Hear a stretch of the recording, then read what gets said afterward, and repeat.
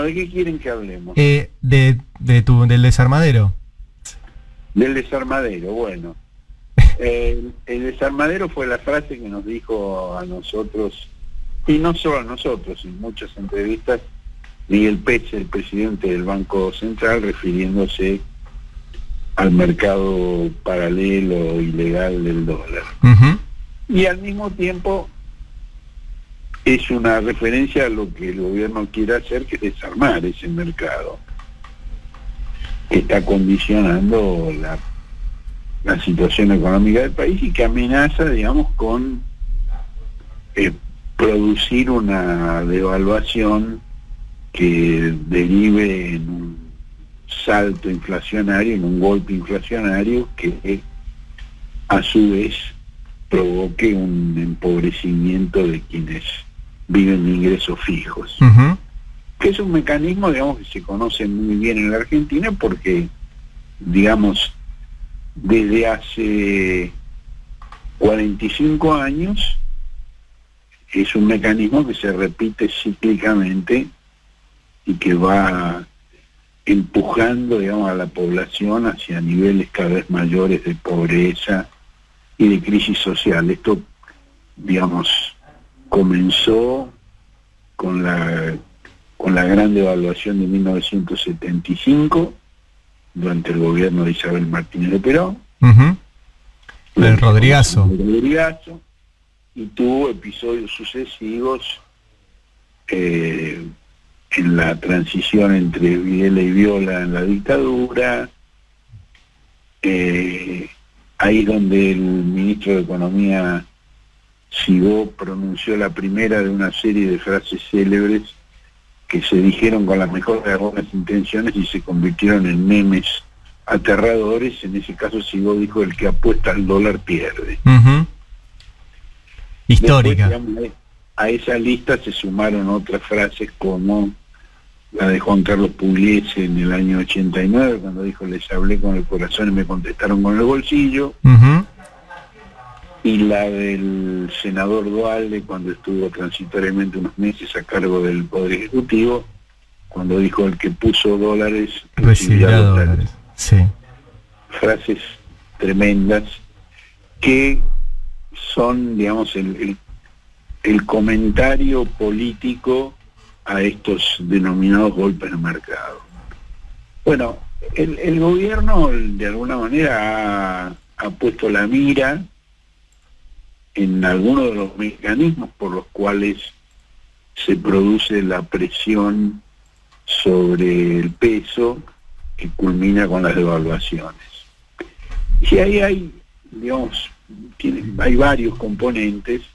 Hay uno que es el más observado por la multitud, porque es el que concierne a mayor cantidad de gente, que es lo que ahora se llama el dólar ahorro. Está permitido la adquisición de $200 mensuales en el mercado único y libre de cambios. Uh-huh. Nombre que se ha convertido en irónico. El MULC. El MULC. No sé si ustedes recuerdan lo que decía Perón, que él tenía un perro que se llamaba León. Ajá. Y él lo llamaba al perro, decía: León, León, y el perro venía. Pero no era un león, era un perro. Sí, claro, el mercado no es ni único ni libre. Exactamente. Está muy regulado y no es libre. Y hay muchos otros mercados. Bueno, ese es el que ha concitado mayor atención porque, digamos, concierne a millones de personas. Hasta 4 millones de personas han participado en un mes, en el mes más nutrido, en la compra de esos $200. Y eso produce, digamos, esas son las hormigas. Uh-huh. Y eso produce un goteo de reservas de unos 800, ha llegado a $800 millones mensuales. $800 millones mensuales son 9.600 millones de dólares al año, que es más de la mitad de lo que se espera como superávit comercial para el año próximo. Es decir, que por esa vía se vacían las reservas. Ahora, hay otros mecanismos que son el pago anticipado de deuda externa por parte de las empresas, para digamos, mejorar la situación de las pymes y en general de la economía. El gobierno ha ido bajando, digamos, la tasa de interés para la toma de créditos, que recordemos que durante el gobierno anterior llegó a más del 80%, y el gobierno actual la bajó al 30 y pico por ciento. Bueno, con una tasa de interés negativa, es decir, vos tomás un crédito a una tasa que es inferior al ritmo de la inflación, lo cual implica una forma de licuación de la deuda. Grandes empresas toman crédito en pesos, con eso compran dólares en el mercado libre único en el Perro León, y pagan anticipadamente deuda externa que tienen en otros países del mundo. Bueno, el gobierno le ha puesto también un límite a esto, porque es un mecanismo perverso. Digamos, un crédito que se le baja la tasa para fomentar la inversión productiva se usa por motivos financieros para beneficio de las grandes empresas. Sí. El gobierno ha tratado de poner un límite a eso y está negociando con las empresas que renegocien con los acreedores externos, y que en el mercado León solo puedan comprar el 40% de lo que tienen que pagar, y no para pagar en forma anticipada, sino vencimientos de más de $1 millón mensuales de aquí a marzo. Y que el resto o lo pongan con fondos propios, que se supone que las grandes empresas tienen, o que lo renegocien con sus acreedores. Lo que las empresas dicen es, bueno, sí, se puede renegociar, pero después no te prestan un mango más. Por supuesto, si vos le decís que no podés pagar y querés renegociar, lo van a aceptar. Me pagues ahora, pagame el año que viene. Pero eso limita la posibilidad del crédito para la inversión. Es lo que dicen las empresas. Y el tercer rubro, bueno, digamos, hay algunas empresas que ya han hecho esa renegociación. Por ejemplo, Telecom del Grupo Clarín ya la ha hecho. Sí. Antes de que el gobierno plantee nada, porque es conveniente para ellos. Es que eso es lo que hay que decir. El hecho de que la Argentina haya llegado a un acuerdo con los acreedores externos a nivel estatal abre las puertas para que todas las empresas argentinas tengan acuerdos más convenientes afuera de las fronteras. Y las provincias también. Porque durante el gobierno anterior, no solo el Estado Nacional se endeudó en una forma descomunal, sino que también impulsó a las empresas y a las provincias a hacer lo mismo, con lo cual la bola de la deuda es enorme. Bueno, el tercer rubro es el de llamado dólar bolsa o contado con liqui. Es una operatoria muy compleja que no es fácil de comprender en qué consiste, pero que básicamente presiona sobre la cotización del dólar león. Y hay una cantidad de agentes de bolsa, se llaman ALIC, es la sigla de los agentes de bolsa, que quiere decir agentes de liquidación y compensación, que están nucleados en bolsas y mercados argentinos, BIMA, que es un organismo que surgió durante la presidencia de Macri por la fusión del Merval y de la Bolsa de Comercio de Buenos Aires, que eran los dos lugares donde se realizaban estas operaciones antes. Y el presidente de BIMA, Ernesto Alaria, tuvo como primer vicepresidente de BIMAN Nicky Caputo, el hermano de la vida. Recordemos, perdón Horacio, que una de las cosas que hizo el macrismo, que no se vio tanto y que se habló poco porque es complejo, es reformar la ley de mercado de capitales para desregularla y permitir esto que vos estás contando. Exactamente. Digo, porque siempre la mirada está puesta en la ley de entidades financieras del 77 de Martínez de Oz, que sin duda debería ser reformada, pero digamos, hay mecanismos que están mucho menos regulados, como este de los agentes de bolsa, claro, y que, digamos, ¿por qué ellos presionan por la devaluación? Porque ellos cobran comisiones, van a porcentaje en dólares sobre las operaciones que realizan, operaciones que consisten en arbitrar en títulos valores que se cotizan tanto en pesos como en dólares. Un pasamanos, Entonces, digamos.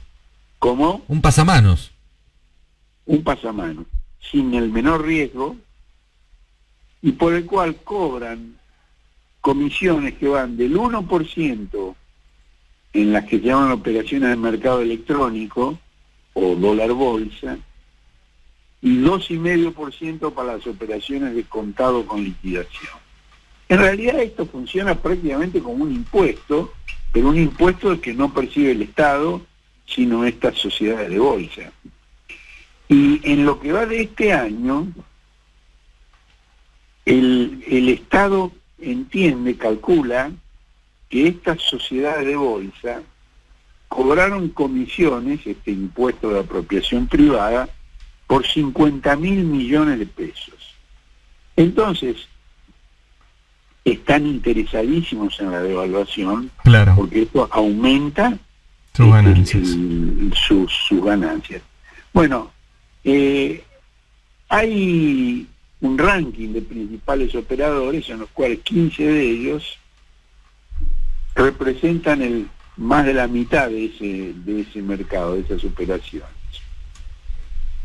Y el que lo encabeza, con el 13% del total del mercado, es justamente la sociedad de bolsa de Alaria. Claro. Alaria, Ledesma y compañía.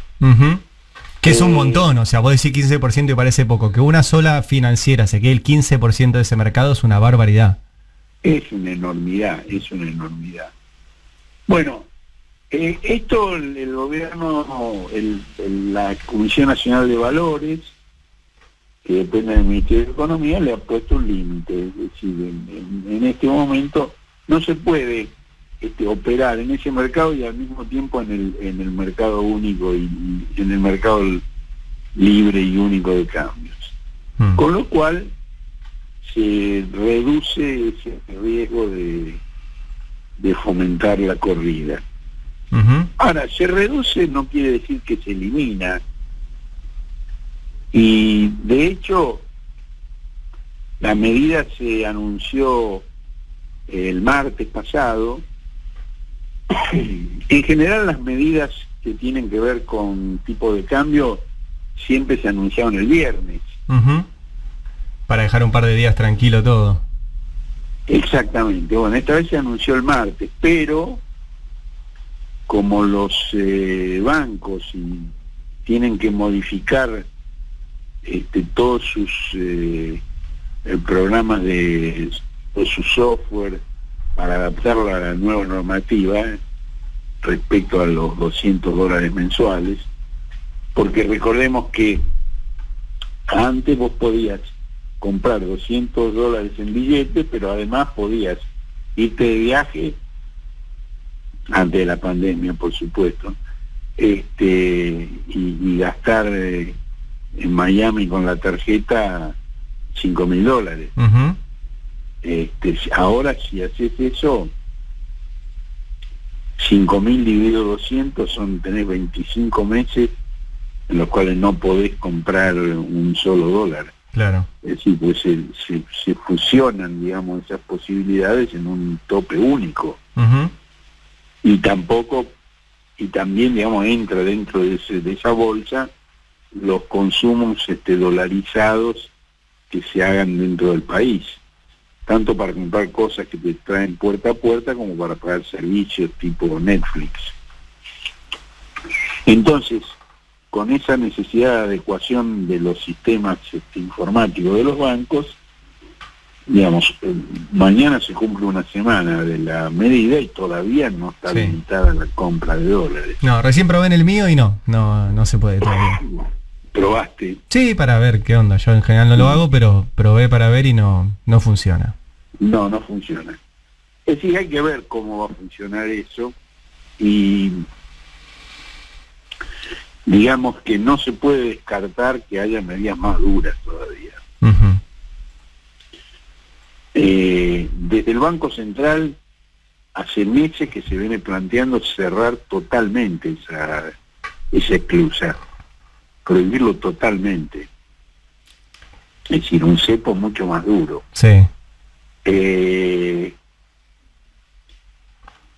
No, estoy pensando si hay cosas tan complicadas de entender que a veces dudo si tiene sentido decirlo porque pueden ser como hablar en sánscrito, sí. No, yo estaba pensando mientras decías eso, digo, una de las grandes incógnitas pues hubo 4 millones de compradores de quits de los $200 mensuales. Una parte deben ser genuinos, obviamente, y otra parte los coleros o gente que manda a otros, etcétera. Pero una parte es genuino. ¿A dónde ahorran esas? Bajaron como 20.000. ¿Cómo? Coleros, el Banco Central bajó como 20.000. Claro. Pero digo, el que genuinamente ahorra en dólares, la gran pregunta es cómo puede ahorrar para que no se le pierda con la inflación, etcétera. Digamos, hay también una parte de educación financiera ahí que se debería poner énfasis. Yo no sé qué hacer si me sobra plata. Pero más que educación financiera, de creación de instrumentos que permitan el ahorro en otros instrumentos que no son el dólar y que te defiendan contra la inflación. Uh-huh. Sí, sí, por eso. El que compra $200 está tratando de defenderse contra la inflación. Totalmente, sí. No hay ninguna duda de eso. Uh-huh. Bueno, hay una serie de instrumentos, digamos, ya hay plazos fijos con tasa superior a la de la devaluación, se están lanzando otros vinculados a la cotización del dólar oficial, de modo que si hubiera una devaluación estarías protegido porque, digamos, el interés que cobrarías sería el porcentaje pactado más el porcentaje del salto inflacionario, de la devaluación. Digamos, si el dólar oficial pegara un salto y llegara al nivel del negro, que es lo que procuran estas especulaciones, el que compró esos bonos, esos plazos fijos ligados al dólar, recibiría en pesos la compensación de esa diferencia. También se está estudiando el tema de bonos de YPF. Lo que pasa es que, digamos, con la situación del petróleo hoy eso no es muy conveniente. Uh-huh. Yo había comprado acciones de YPF cuando se estatizó y perdí como en la guerra. El tema es que las opciones patrióticas no sean ruinosas para el que las sigue. Claro, sí. Tal cual. En eso está, digo que uno lo hace con la mejor y buena intención. Sí, conozco mucho, dijeron, invierto en YPF, vamos, qué sé yo, y perdieron. Y te dan por la cabeza, ¿no? Claro. Bueno, veremos cómo termina. El Banco Central por un lado, el Ministerio de Economía por el otro, están trabajando en la creación de esos instrumentos que permitan defender la economía familiar. Uh-huh.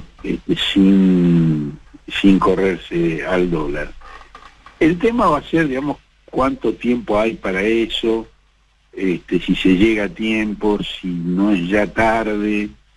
La defensa contra una gran devaluación y el salto inflacionario Es muy importante, porque digamos, si eso se produjera sería realmente ruinoso para el país, y ahí no hay diferencias internas en el gobierno, ni el Banco Central, ni el Ministerio de Economía, ni la FIP, ni el Ministerio de la Producción quieren que eso se produzca. Claro. Quieren evitar eso. Ahora, por ejemplo, en este momento las compañías extranjeras pueden comprar dólar en el mercado de León para remitir utilidades. Eso, digamos, hay una historia en la Argentina de que eso se prohibió. Eso se prohibió algunas veces formalmente, otras veces de hecho, poniendo una serie de obstáculos para que se pudiera realizar durante los gobiernos de Juan Domingo Perón y de Cristina Fernández de Kirchner. Y en ambos casos, digamos, esa guita se reinvirtió en el país con buenos efectos. Sí. El tema es que el excedente no se fugue, ¿no? Claro, porque la Argentina tiene un excedente enorme. La Argentina es un país privilegiado en ese sentido. Sí. El tema es que toda esa guita se va. Claro, se fuga la inversión, como siempre dice Eduardo Basualdo. Claro, no es Si no la dejas que se vaya, la van a tener que invertir, o sea, les va a convenir más invertirla. No es el consumo, sino la inversión lo que se fuga. Claro. Porque de consumir no se privan los que tienen la posibilidad. No, el tema es que llega un momento no puedes consumir más. O sea, le sobra tanto que o la invierten o la fugan. Así es, y lo que hacen es fugarla. Bueno, no sé cómo estamos de tiempo, si podemos hablar de otra cosa o no. Sí, decime. Estaba viendo una serie de informaciones sobre la Corte Suprema de Justicia, tanto en Estados Unidos como en la Argentina. En Estados Unidos murió a los 87 años la jueza Ruth Bader Ginsburg, que era la jueza más popular y conocida públicamente. Era el único caso de una jueza de la Corte Suprema que era una especie de ídolo popular. Muy liberal, muy feminista, se hizo famosa por una serie de votos en disidencia en contra de la corriente. Durante años estuvo luchando contra un cáncer. Las alternativas de su enfermedad se publicaban diariamente en los medios, si la internaban, si salía de la internación, si le decían tal tratamiento, tal otro, si tenía metástasis, si no tenía. Muy impresionante cómo fue evolucionando esto. Bueno, finalmente murió. Y entonces el presidente Trump está planteando que él va a designar una reemplazante, es decir, va a mantener el género, pero va a cambiar la ideología, va a mandar una reemplazante ultraconservadora. Sí. Y del otro lado, de los demócratas, le plantean que a 2 meses de las elecciones no puede mandar un pliego de la Corte Suprema, y cita el antecedente de lo que pasó con Obama, que tuvo una vacante en la Corte, cuando faltaba bastante más para las elecciones del año 2000, había casi un año, 237 días faltaban para la elección, y los republicanos no se lo permitieron, es decir, hicieron la del grupo A. Dijeron, no vamos a tratar ningún pliego para la Corte Suprema. Sí. Y cuando Trump ganó la presidencia, nombró él, y no el candidato que había. Es más o menos lo que pasó aquí idéntico lo que pasó aquí con Cristina, que mandó 2 pliegos, no se votaron y Macri los metió por decreto. Exactamente, sí. Es exactamente el mismo fenómeno. Yo lo que quiero hacer, y en este momento, digamos, tanto en Estados Unidos como en la Argentina hay una cantidad de temas importantes que tiene que definir la Corte Suprema. Ujú. En Estados Unidos uno muy candente es el de la resolución que admite el aborto, y que los conservadores, los integristas vienen presionando para modificar desde hace mucho tiempo, y ha sido un objetivo del Tea Party revocar ese fallo que se llama Roe versus Wade,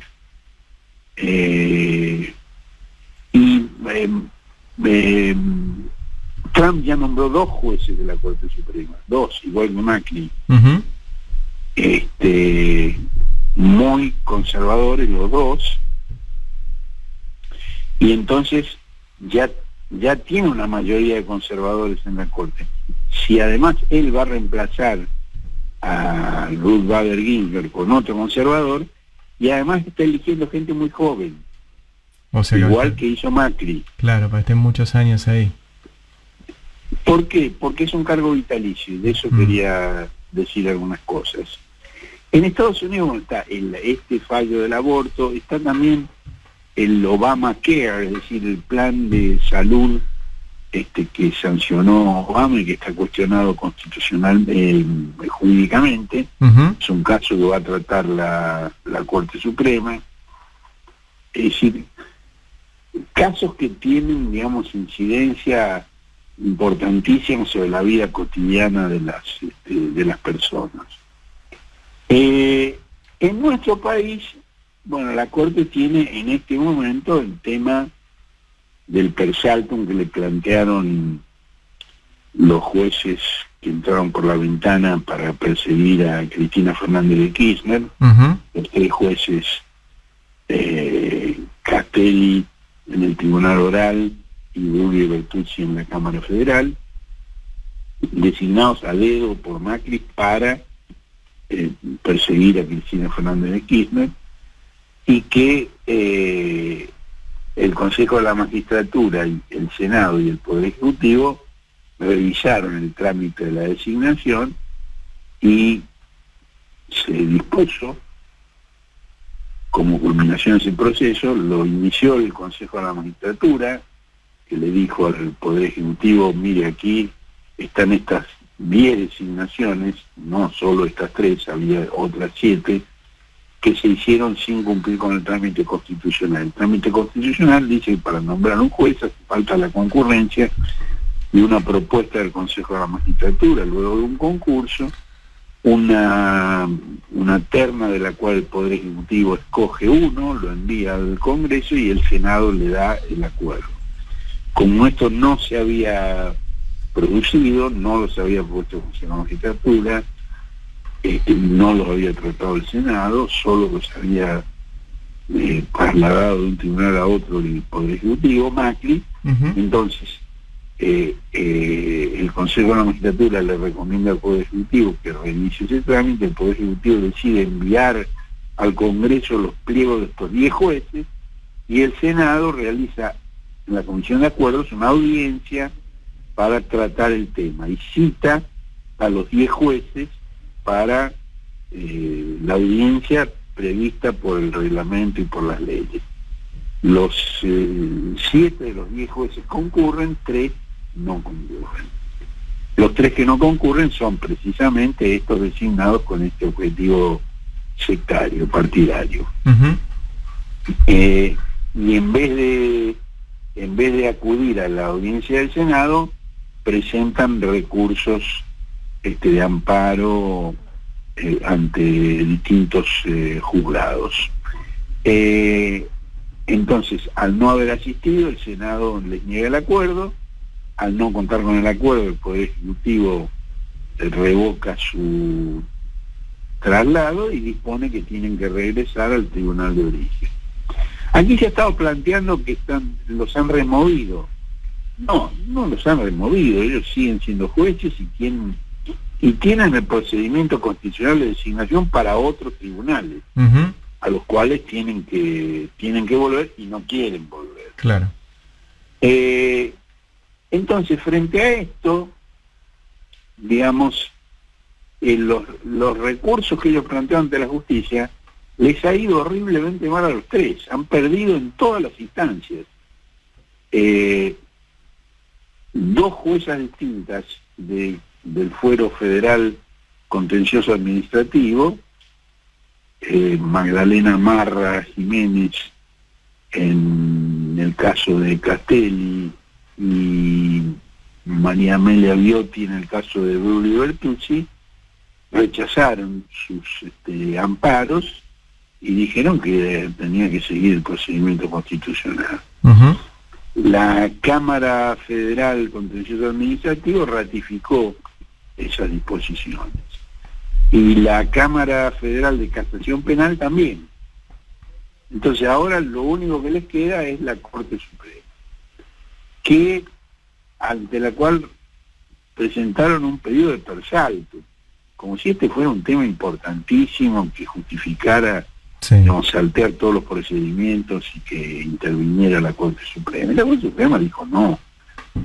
La Corte Suprema entenderá el tema si le llega alguna vez por la vía del recurso extraordinario, es decir, siguiendo las distintas etapas del procedimiento judicial, pero no un tratamiento especial per salto. Entonces ya les dijo que no. Ellos habían pedido que se le ordenara al Senado que no ejerciera sus funciones constitucionales. Uh-huh. El Senado, por supuesto, les preguntó de dónde colgaba la cestita Caperucita, el Ejecutivo también, y entonces ahora, digamos, lo que le están pidiendo a la Corte es que no permita que se designen los jueces que tienen que ocupar los lugares que ellos dejaron, los jueces, es decir, que no permita que los trasladen de nuevo a los juzgados para los que tenían acuerdo. Sí. Bueno, la Corte probablemente mañana trate el tema, hay una campaña en Change, ya hay 66.000 solicitudes a la Corte para que haga lo que le piden estos jueces. Y la Corte, bueno, tiene que resolver esto. Ya está claro que no lo va a hacer per saltum, uh-huh, sino cuando llegue por la vía de recursos extraordinarios. Entonces hay una especie de carrera contra el reloj para que llegue rápido mañana. A ver quién va más rápido. Sí. Sí, porque hay concursos en el Consejo de Magistratura para elegir a los jueces que tienen que ocupar esos tribunales. Bueno, bien. Todo esto, perdón, lo digo como una introducción a un tema que no vamos a resolver hoy, pero el miércoles seguramente tendremos algo, no, pero un tema que propongo para pensar, y es ¿qué sentido tiene que haya un poder vitalicio? Yo creo que ninguno, pero bueno. ¿Qué tiene que ver eso con la democracia representativa? Uh-huh. Y eso es un tema que solo se puede modificar por una reforma constitucional, es decir, que no va a ser un tema que se trate a corto plazo. Uh-huh. Pero que me parece que es importante pensarlo y discutirlo y plantearlo. ¿Cómo puede ser? Digamos, en Estados Unidos la candidata de Trump para la Corte tiene 47 años. Ruth Bader Ginsburg murió a los 87. Claro, va a estar 40 años ahí. ¿Qué sentido tiene que haya un funcionario que esté en funciones durante 40 años, uh-huh, teniendo la última palabra en prácticamente todo? Coincido totalmente. Es aberrante. Coincido totalmente. Y eso yo creo que hay que modificarlo. Y me parece más importante que la decisión del caso de Brulio Bertuzzi. Exactamente. Me parece un tema de fondo que hay que empezar a discutir, porque tiene que ver con la arquitectura de la democracia. Horacio, hablamos el miércoles, ¿te parece? Sí, ¿y qué música me van a poner? Nos vamos con Piazzolla. Dale, abrazo grande. Codazos. Horacio Berbisky aquí en Habrá Consecuencias.